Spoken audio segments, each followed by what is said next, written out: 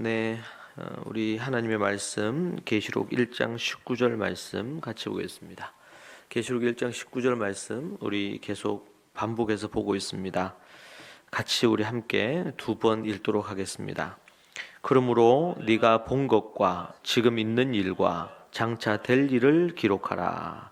그러므로 내가 본 것과 지금 있는 일과 장차 될 일을 기록하라. 아멘. 우리가 지금 서론적으로 요한계시록의 부분들을 우리가 살피는데 특별히 여기 나오는 이 주제 성경 구절인 계시록 1장 19절의 말씀은 여러분들이 반복해서 여러분들이 읊조림으로 말씀이 하야 외워질 수 있도록 여러분들 하시면 좋을 것 같습니다. 그래서 요한계시록의 핵심 되는 구절이 뭐냐 이렇게 얘기하면 많은 구절이 있지만 그러므로 네가 본 것과 지금 있는 일과 장차 될 일을 기록하라. 이 본문의 말씀임을 말하는 것이 필요합니다. 우리가 이제 요한계시록이라고 할 때 어느 본문보다도 어느 성경보다도 비밀의 책이요, 또 두려움의 책이요, 그리고 함부로 해석해서는 안 된다고 이해하고 있는 말씀이기도 합니다. 그런데 이 계시록의 이 말씀을 통해서 하나님께서 그 당시 일곱 교회, 1차적으로 일곱 교회죠. 일곱 교회 이전에 요한에게 하나님이 직접 예수님을 통해서 천사를 통해서 보여주신 것. 두 번째는 일곱 교회에게 지금 있는 일이라고 한 거, 일곱 교회에게 하나님께서 말씀하신 것. 그리고 장차 될 일을 기록하라. 이것은 이제 4장 이후로부터 끝까지 앞으로 일어날 미래에 대한 일들.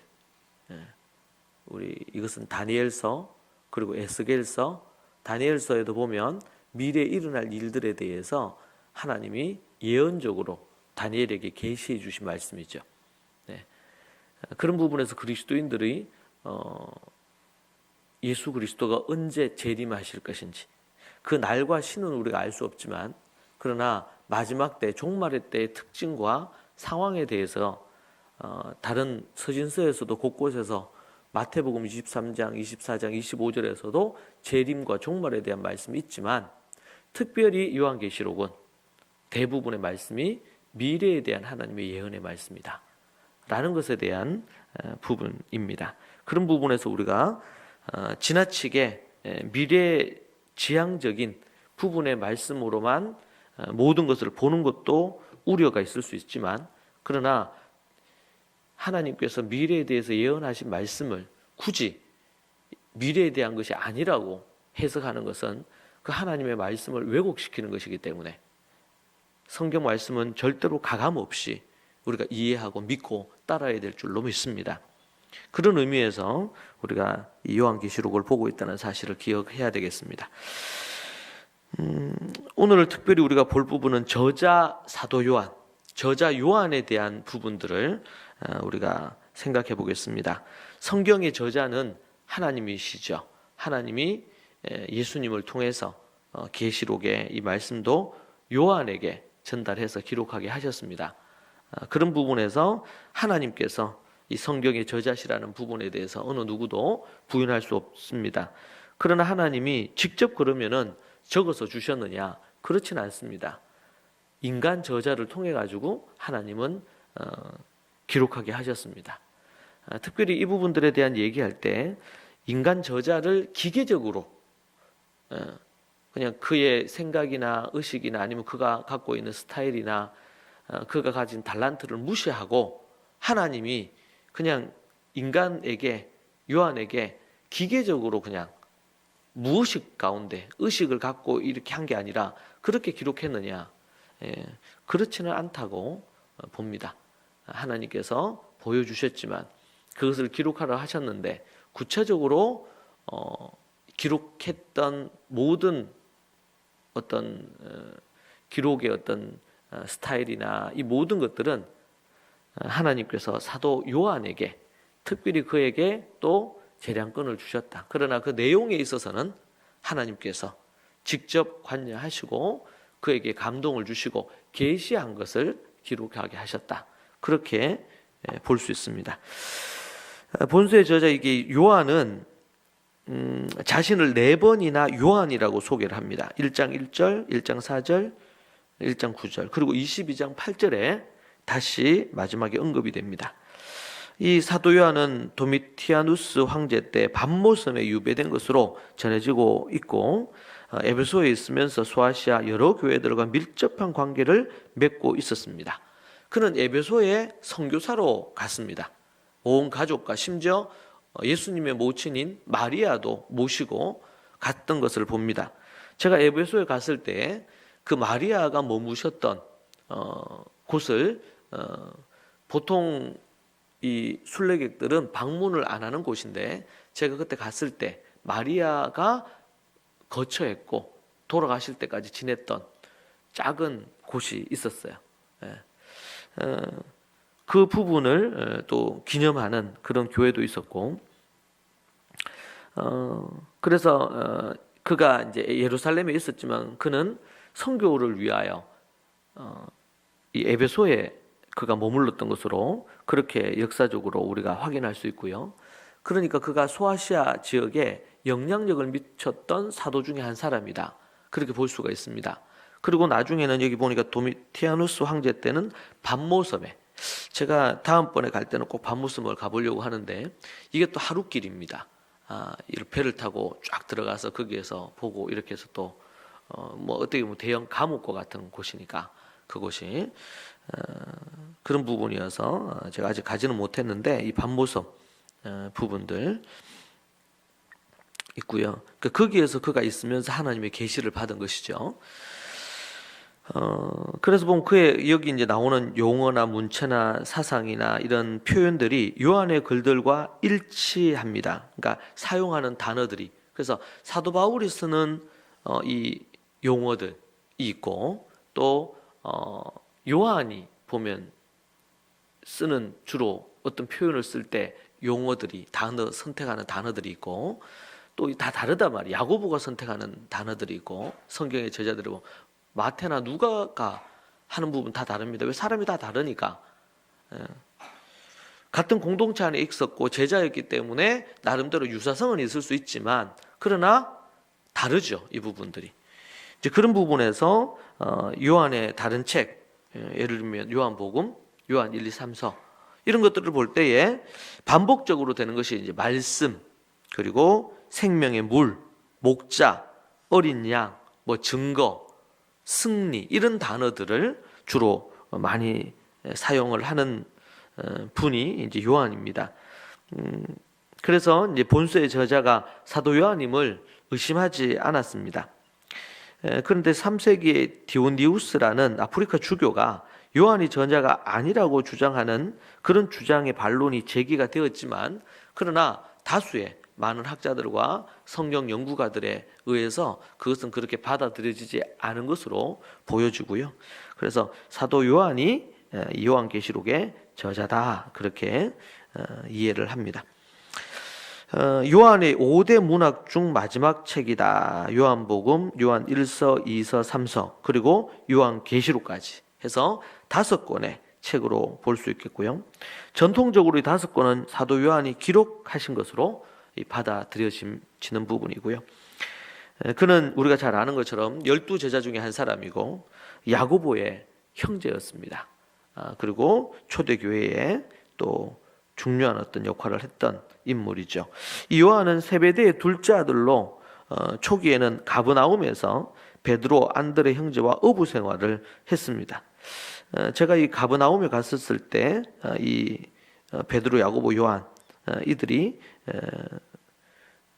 머물렀던, 그리고 그들이 다녔던 회당, 그런 터가 지금도 남아있고, 예수님이 그곳에서 말씀을 가르치시거나 치유하셨던 그런 부분들을 역사적으로 갔을 때 기념하여서 그곳을 만들어 두은 것을 볼 수 있었습니다. 지금 뭐 회당이나 이런 부분들은 대부분 파괴되고 없죠. 없는데 그 터가 남아있고 그 나머지 잔해가 있고 뭐 기둥 이런 것들이 몇 개가 남아있는 부분을 볼 수가 있습니다. 겟세마네 게네사렛 호수에서 배를 타고 그물을 손질하다가 이들이 예수님을 만났고요. 예수님의 부름을 받고 아버지의 배를 남겨둔 채 제자가 되었던 그런 인물입니다. 형과 더불어 주님께 불친절했던 사마리아 사람들을 보고 불같이 화를 내어서 과격하게 우레의 아들이다, 천둥의 아들이다라는 별명을 갖게 됩니다. 그래서 보아느게라는 별명을 가지기도 했습니다. 이 요한이 아주 이 성격이 급하고 그랬던 것으로 요한뿐만 아니라 야고보도 그렇고 그런 인물로 보여집니다. 베드로도 보면 성미가 매우 급했죠. 그런 것들을 우리가 살필 수 있는데 이렇게 우리의 아들이라는 별명을 가지는 만큼 보아느게라는 그런 인물로 보여지고 예수님으로부터 어머니 마리아를 돌봐달라고 부탁받은 그런 제자이기도 합니다. 그래서 예수님의 어머니를 끝까지 돌봐드리죠. 참 신의가 있고 또 뭔가 인간적으로 또 인격적으로도 그가 예수님이 얘기한 것에 대하여 그걸 가벼이 여기지 않고 그리고 그냥 몇 년 정도 이렇게 섬기는 것으로 끝나지 않고 분명히 예수님의 동생들, 그러니까 마리아에게는 자식들이 분명히 있었습니다. 많이.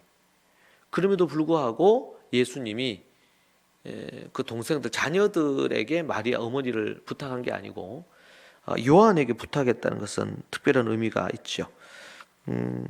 그리고 끝까지 마리아께서 스승이자 또 어떻게 보면 친척이기도 한데 스승의 어머니인 마리아를 끝까지 그리고 마리아께서 생을 마칠 때까지 돌보고 그렇게 보살폈던 그런 인물이 요한입니다.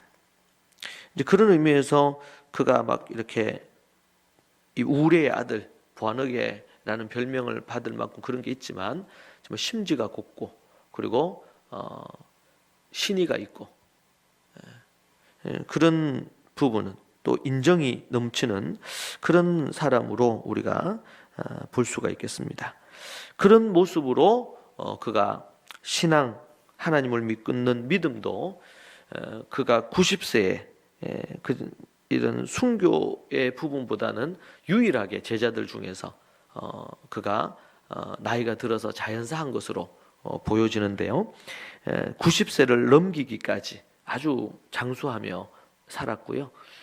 그리고 마지막까지 주님을 섬기고 복음과 말씀을 전하다가 그의 생애가 마감이 됩니다. 앞에서 본 것처럼 신의가 있는 것처럼 주님의 사명을 끝까지 감당하고 그리고 요한계시록을 마무리하고 그리고 주님을 섬기다가 주님 앞에 간 인물이 요한입니다. 요한이라는 이름의 뜻은 주님께서는 은혜로우시다, 자비로우시다 그런 의미를 갖고 있습니다. 보아느게라는 이름과는 그의 이름의 뜻이 조금 상반되는 것처럼 보이는데 나중에 이 요한이 사랑의 사도라는 이름을 별명을 새롭게 얻게 됩니다.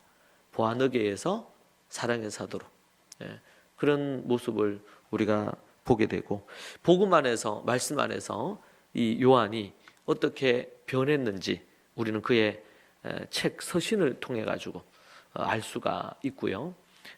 특별히 요한계시록 마지막 제자들 중에서 이 하나님의 계시를 받아서 기록한 이 요한임을 우리가 알 수 있습니다. 다른 사도들도 목숨을 걸고 순교하고 믿음을 지켰지만 요한은 특별히 고령의 나이로 밤모섬에서 그가 유배 생활을 하면서 하나님의 계시를 받고 그리고 마지막까지 주님을 섬기고 요한계시록을 유서처럼 남기고 그의 생애가 마감이 됩니다. 그랬던 인물이 요한이다. 우리가 요한계시록을 또 연구함에 있어서 이 요한계시록을 기록한 저자인 사도 요한을 우리가 잘 이해하고 생각하는 것은 매우 중요하고요.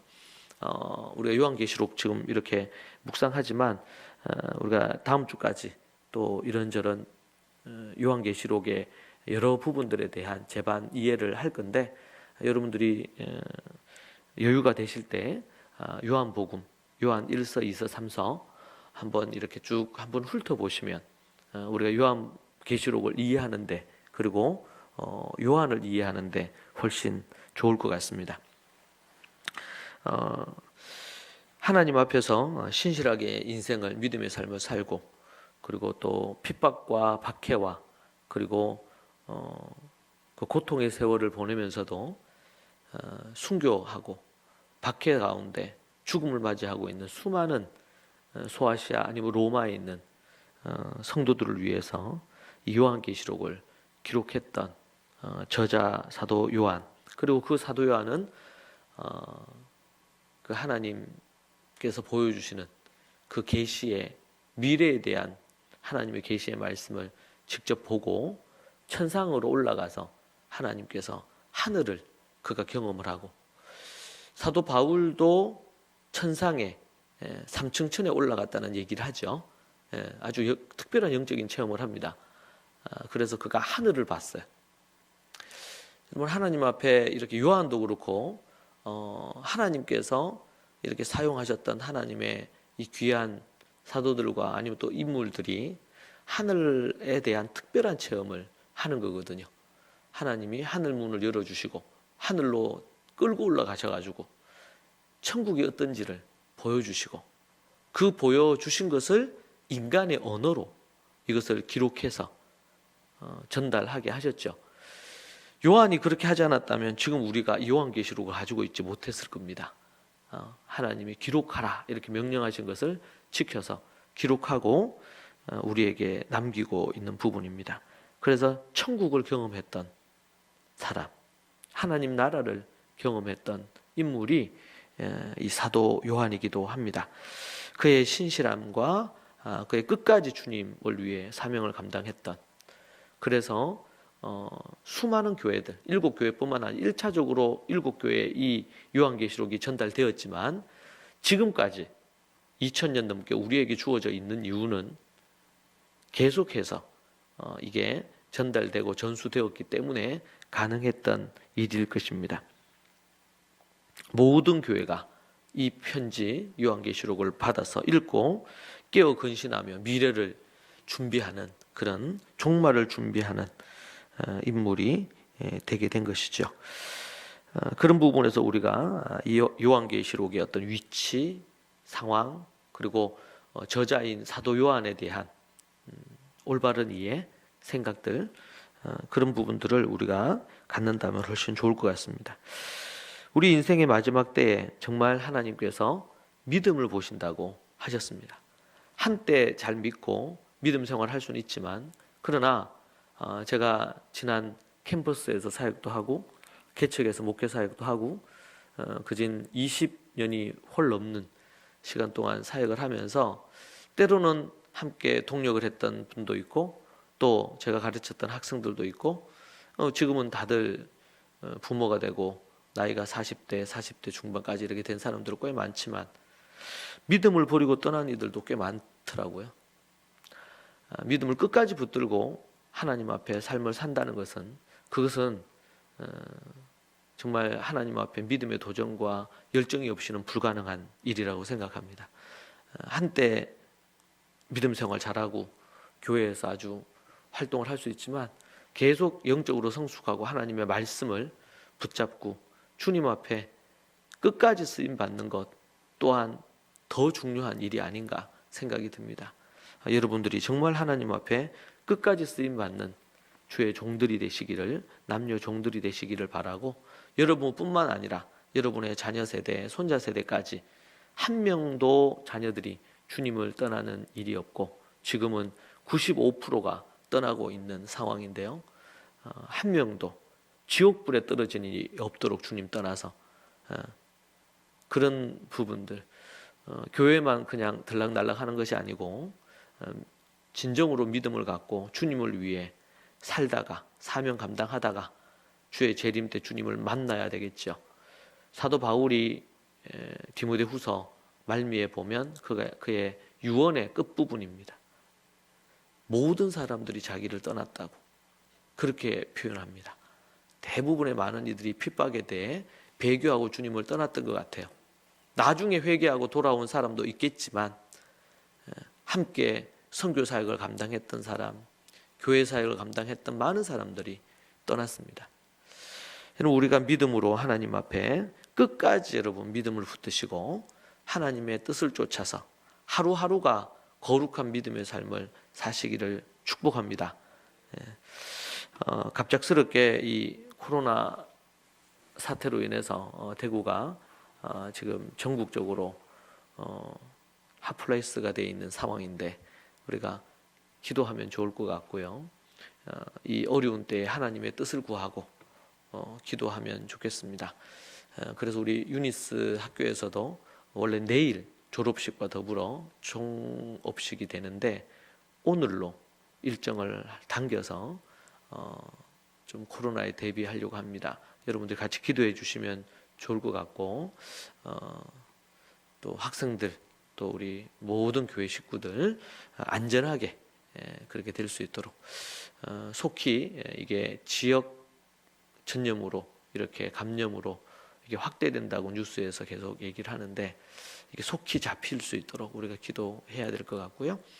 우리가 계속 중국과 일본 위에서 기도했는데 우리 한국 특별히 대구 위에서 또 그리고 전국적으로도 그렇고 잘 해결될 수 있도록 우리가 기도하면 좋겠습니다. 함께 우리 오늘 말씀 우리 사도 요한 생각하고 오늘 말씀 생각하고 같이 우리가 또 기도하고요. 또 코로나 위해서 같이 우리 특별히 대구를 위해서 우리 용인 식구들도 대구를 위해서 기도해 주시면 감사하겠습니다. 이 시간 함께 하나님 앞에 우리 주여 삼창하고 그리고 같이 기도하고 그리고 여러분 개인적으로 기도하시면 되겠습니다. 같이 기도하십시다. 주여